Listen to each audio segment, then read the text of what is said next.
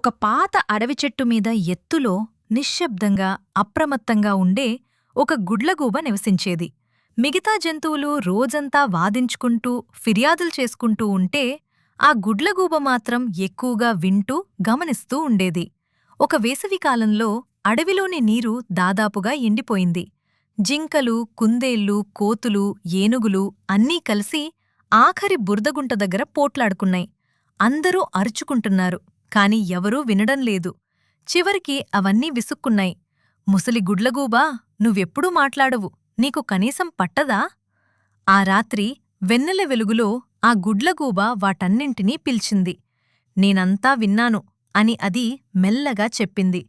అందరూ అరిస్తే ఎవరూ ఏ సమస్యనూ పరిష్కరించలేరు. అది పల్లంగా ఖాళీగా ఉన్న ఒక నేలభాగాన్ని చూపించింది. మీరందరూ ఇక్కడ తవ్వండి, వర్షం వచ్చినప్పుడు ఇది మీ చెరువు అవుతుంది. జంతువులన్నీ పక్కపక్కనే పనిచేశాయి. కొద్దిసేపటికే వర్షం ఆ గుంతను చల్లని, స్వచ్ఛమైన నీటితో నింపింది.